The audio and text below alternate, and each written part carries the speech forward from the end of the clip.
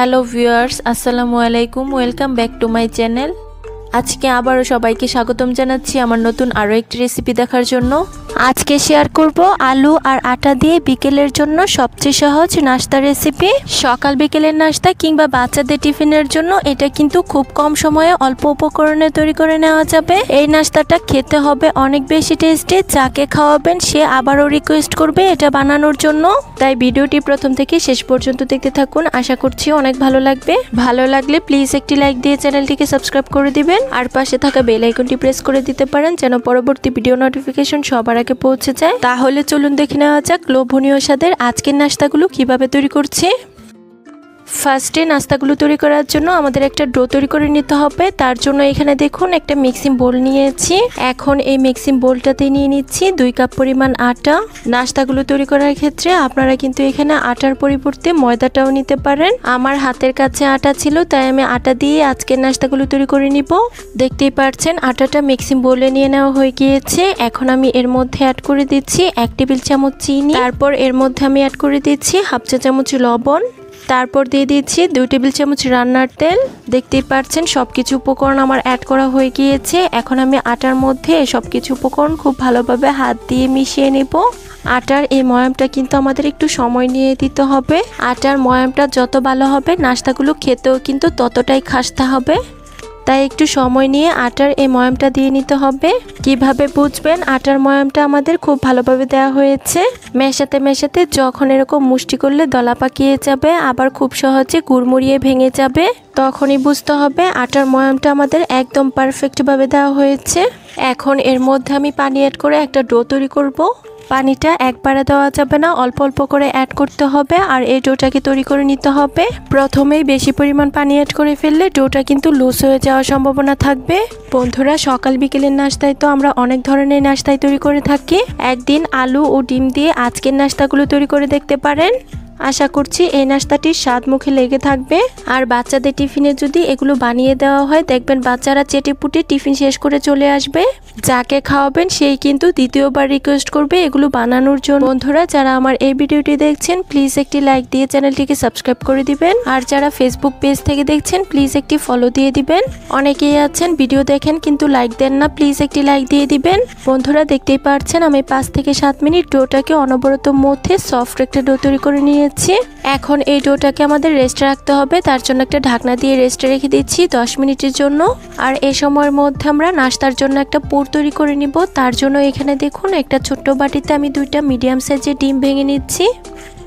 বন্ধুরা, দেখতেই পাচ্ছেন ডিমগুলো অ্যাড করে নেওয়া হয়ে গিয়েছে। এখন আমি এই ডিমের মধ্যে অ্যাড করে দিচ্ছি 1/4 টিস্পুন লবণ। এখন একটা কাঁটা চামচের সাহায্যে ডিমটাকে আমি খুব ভালোভাবে ফেটিয়ে নিচ্ছি। বিশ্বাস করুন বন্ধুরা, ডিম আর আলু দিয়ে আজকের এই নাস্তাগুলো খেতে এত বেশি মজার হয়, আপনি বাসায় একদিন বানালে আপনি নিজেই অবাক হয়ে যাবেন। তাই বলবো সকাল বিকেলের নাস্তায় অবশ্যই একদিন এই নাস্তাগুলো বানিয়ে দেখতে পারেন। বন্ধুরা, দেখতেই পাচ্ছেন ডিমটা খুব ভালোভাবে ফেটিয়ে নেওয়া হয়ে গিয়েছে। এখন এই ডিমটাকে আমি একটা সাইডে রেখে দিব। এবার এখানে দেখুন চুলায় একটা কড়াই বসিয়ে দিয়েছি আর এর মধ্যে আমি দিয়ে দিচ্ছি 2 টেবিল চামচ রান্নার তেল। তারপর একটা হাতার সাহায্যে কড়াইয়ের মধ্যে তেলটাকে খুব ভালোভাবে ছড়িয়ে দিচ্ছি। তেলটা যখন খুব ভালোভাবে গরম হয়ে যাবে এর মধ্যে আমি ফেটিয়ে রাখা ডিমটাকে অ্যাড করে দিব। আর সাথে সাথে হাতার সাহায্যে নেড়েচেড়ে ডিমটাকে আমি শ্যালো ফ্রাই করে নিব। এই নাস্তাটি তৈরি করার ক্ষেত্রে ডিমটাকে কিন্তু অতিরিক্ত ভাজা যাবে না, আমাদের হালকা করে ডিমটাকে ভেজে নিতে হবে। আমি 1 থেকে 2 মিনিটের মতো অনবরত নেড়েচেড়ে ডিমটাকে ভেজে নিয়েছি। আর দেখতেই পাচ্ছেন ডিমটাকে কিন্তু আমাদের খুব ভালোভাবে শ্যালো ফ্রাই করে নেওয়া হয়ে গিয়েছে। এখন আমি এই ডিমগুলোকে চুলা থেকে তুলে নিব। দেখতেই পাচ্ছেন সবগুলো ডিম কড়াই থেকে তুলে নেওয়া হয়ে গিয়েছে। তারপর এখানে দেখুন একটা মিক্সিং বোল নিয়েছি।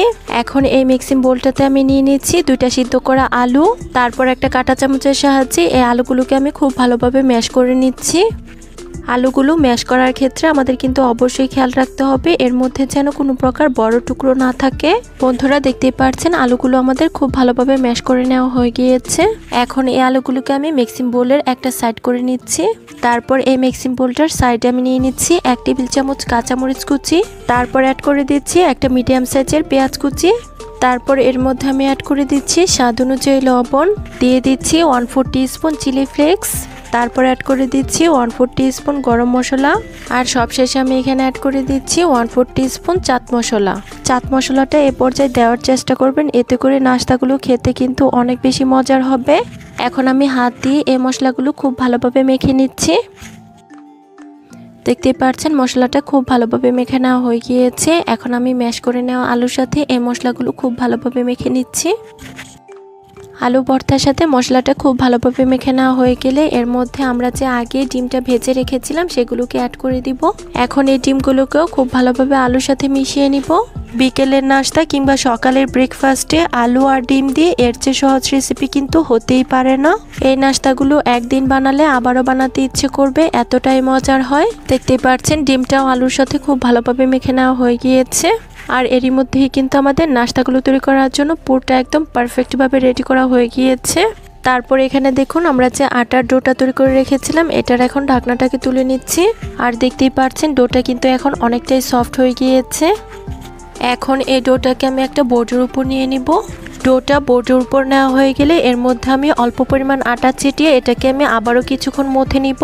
কিছুক্ষণ ডোটাকে খুব ভালোভাবে মথে এটাকে আমি একটু লম্বা শেপ দিয়ে দিব। তারপর একটা নাইফের সাহায্যে ছোট ছোট লেচি কেটে নিব।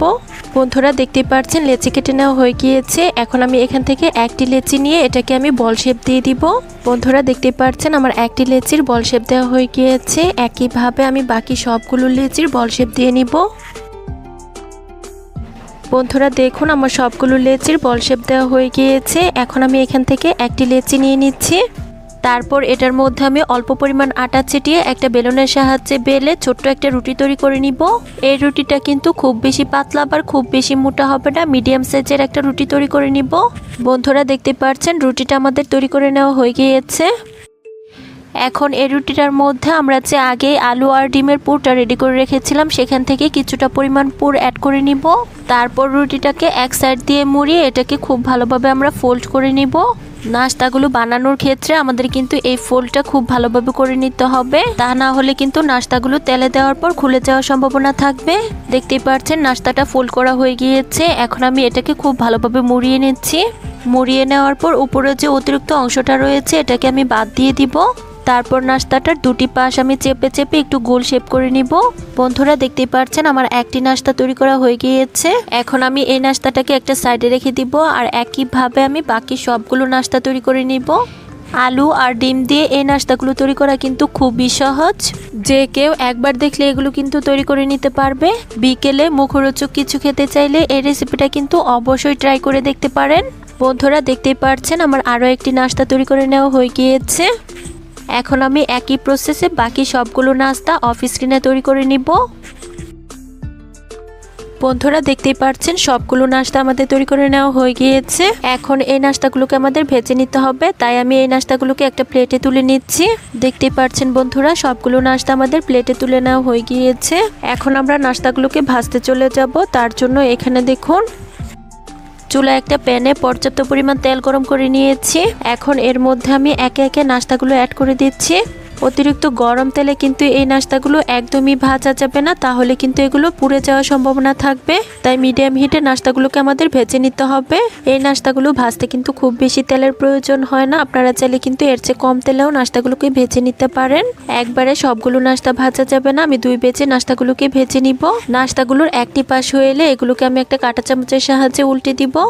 আর উল্টে পাল্টে নাস্তাগুলোকে আমি গোল্ডেন ব্রাউন কালার করে ভেজে নিব। বন্ধুরা আবারও বলছি, যারা আমার এই ভিডিওটি দেখছেন প্লিজ একটি লাইক দিয়ে চ্যানেলটিকে সাবস্ক্রাইব করে দিবেন। আর যারা ফেসবুক পেজ থেকে দেখছেন প্লিজ একটি ফলো দিয়ে দিবেন। বন্ধুরা দেখুন আমি নাস্তাগুলোকে খুব ভালোভাবে ভেজে নিয়েছি। আর নাস্তাগুলোর মধ্যেও কিন্তু খুব সুন্দর একটা গোল্ডেন ব্রাউন কালার চলে এসেছে। এখন আমি একটা ছাঁকনির সাহায্যে নাস্তাগুলোকে খুব ভালোভাবে তেল ছড়িয়ে তুলে নিব।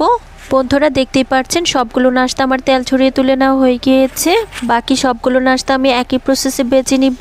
বন্ধুরা দেখুন আমার সবগুলো নাস্তা ভেজে নেওয়া হয়ে গিয়েছে। আর দেখতেই পাচ্ছেন নাস্তাগুলো দেখতে কি অসম্ভব লোভনীয় হয়েছে।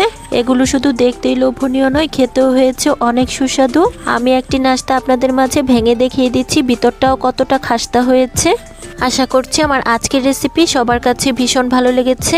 ভালো লাগলে প্লিজ একটি লাইক দিয়ে চ্যানেলটিকে সাবস্ক্রাইব করে দিবেন। আর যারা ফেসবুক পেজ থেকে দেখছেন প্লিজ একটি ফলো দিয়ে দিবেন। সবাই অনেক বেশি ভালো থাকবেন। ধন্যবাদ সবাইকে। আল্লাহ হাফেজ।